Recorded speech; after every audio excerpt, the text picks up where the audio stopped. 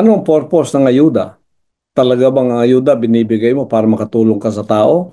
O ang ayudang yan, ninakaw mo rin sa kaban ng bayan para ikaw ang tingalain nila at pagkatapos ay pagdating ng eleksyon ay ikaw pa rin ang iboboto para maging matagal ang panunungkulan mo para makapagnako ka ng mga muli.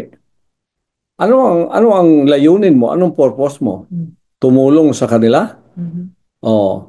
Tipunin mo yan, pagkatapos isolve natin ang poverty hindi sa pamamagitan ng ayuda.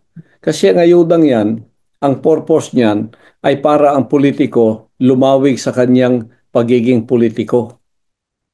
Oh, nagnanakaw siya, ipamumudmud niya ang iba para tumaas ang kanyang tumagal siya sa posisyon kasi ang kanyang pakay doon, iboto ninyo ako kasi nag-ayuda ako sa inyo. O, yun ang layunin niya. Hindi naman layunin niya alisin ka sa karukhaan. Kasi kung naalis pa tayo sa karukhaan, lahat ng tumanggap ng ayuda, wala na sa karukhaan ngayon. Saan sila ngayon? Tumanggap ka ng 10,000, ilang ilang araw mong kakainin yun? Marahil 2, 3 araw, wala na. Yun ba ang solusyon? Hindi solusyon yun.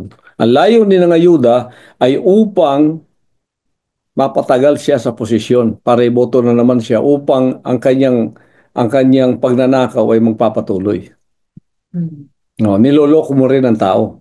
Panloloko rin ang ayuda lang. Oh.